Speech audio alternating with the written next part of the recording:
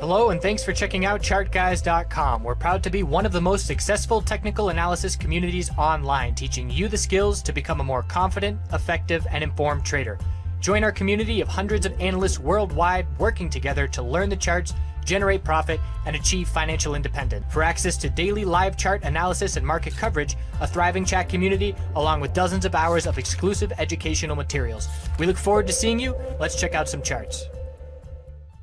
Checking in on the market, so we did get a bit of pullback today. Today was marked by pre-market weakness, headline coming out with China saying, hey, we're China, we expect the US to not increase tariffs on December 15th. That's nothing involving the US. So almost prepared for the US to come out with a headline saying, we haven't agreed to that yet. So Kudlow did come out later in the day and say, we haven't agreed to that yet. So essentially we're setting up now this week, and the 15th is this weekend, but sometime in the next 5 days, the market will respond bullish if the US does not increase these tariffs, and the market will respond bearish if it does.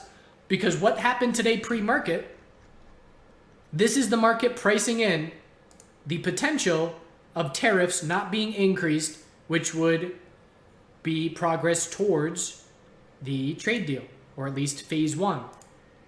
So the 15-minute time frame for SPY today looked very similar to the daily chart. We had the high at pre-market, the pullback into the open. We were looking for a 15-minute higher low, and then an equilibrium. The bounce was significant, more significant than we would have anticipated for the bulls. We double topped at pre-market resistance. We formed a bull flag of healthy consolidation, and this candle here is pretty much Kudlow saying, we haven't agreed to anything. We might increase the tariffs December 15th. So it was essentially a cup and handle pattern, but look at this pattern and look at the SPY daily time frame. It's the same thing. High, low, bounce was bigger than we anticipated for the bulls all the way back to resistance, but we did reject, and now the bulls are hoping that it is a bull flag. And I would say if we break the low of today, tomorrow, 312.81, I will no longer consider it a bull flag, and we'll just be looking at your good old-fashioned equilibrium, high, low, lower, high, still scouting this higher low. So the bulls have to change the hourly trend by holding the low of today and breaking the high of today if we are going to see a daily higher low already established and the potential that it is a daily bull flag. You can absolutely make the argument that this is a daily cup and handle pattern right now. The psychology of the pattern is there. Significant bounce, bulls too exhausted to break resistance, healthy daily consolidation, and tomorrow is going to be a telling day as to whether or not it is possible that that is a bull flag or not. IWM, bull flag is there. The burden of proof is on the bears for it not to be a bull flag. We need to see a break of 161.94 for the bears to reject the possibility of that bull flag. Either way, we're still looking for a daily higher low. So the bulls are comfortable enough in the sense that best case, it's a bull flag looking for higher highs later in the week. Worst case, we're just looking for a regular old daily higher low, not a bull flag, but still a daily higher low from where we came from. QQQ, same setup as SPY. High, low, lower high, almost a double top, and now trying for the bull flag. Bears have to break 203.44 tomorrow to negate that bull flag possibility. And if the bulls can break the high of today, they will increase the odds of that bull flag. XLF is a daily bull flag possible. Have to change the hourly trend, which we have not done. And we need to see a break of the high of today tomorrow to do so. XLV, very healthy. Bulls in complete control still at this point. Just looking for daily higher lows to be established. Biotech sector, big green day today. I'm watching for the potential of a 4-hour equilibrium. High, low, and we're scouting for a lower high. I'll be watching 96.43 resistance, and it's because the hourly time frame got a bit too extended. If we take off extended hours, high, low, no trend change, just a straight bounce, but looking for the lower high compared to 96.43. So keeping an eye out for the potential of that top fish play tomorrow, but bigger picture, bulls are just fine. The VIX, lower high looks to be set. So from where we came from, equilibrium after volatility, low, high, higher low, lower high, and we are watching this tightening range. If we see a break of 1490, it's a much more convincing lower high, and we'll then be looking for the daily higher low compared to 1230. Gold, weak bounce attempt on the daily. Could this be a bear flag? Yes. This is a 4-hour trend change and a lack of follow through, which means zoom out and look for a potential flag. And if we see a bear break of 1458, the odds of dropping to lower lows on the weekly time frame will increase a good bit. Silver is even weaker. It's even more of a bear flag. And after 1650, we have a lack of clear support nearby, then looking down at 1610 as the next support level. So precious metals still struggling in the short term with clear inability for any bull follow through on any of these moves.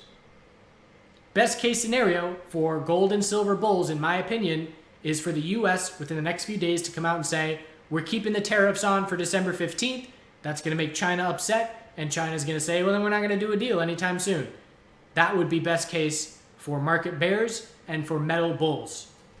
We had a nice trade opportunity in both directions for miners today. I just love when you have the range of the previous day to play off of. Talk about low risk setups. We had a top fishing play on bull miners, which is a bottom fishing play on bear miners. We rejected from resistance by 11 cents and ended up pulling back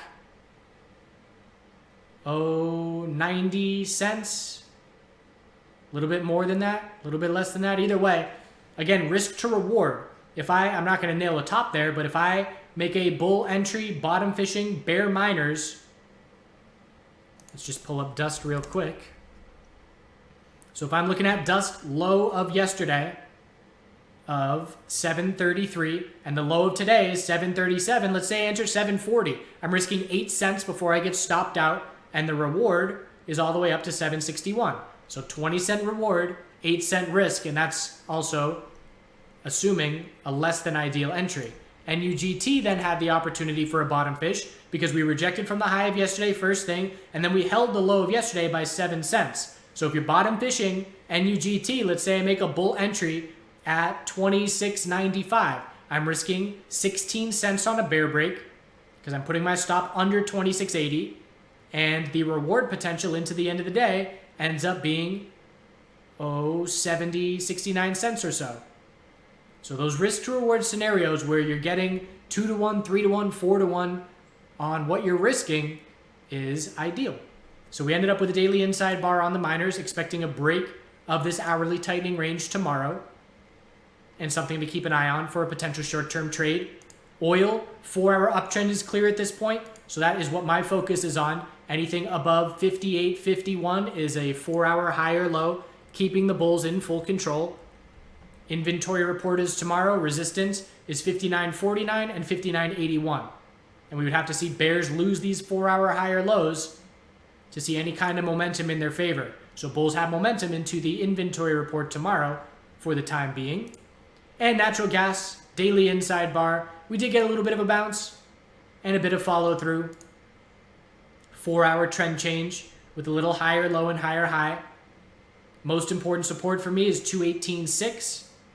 And we've got resistance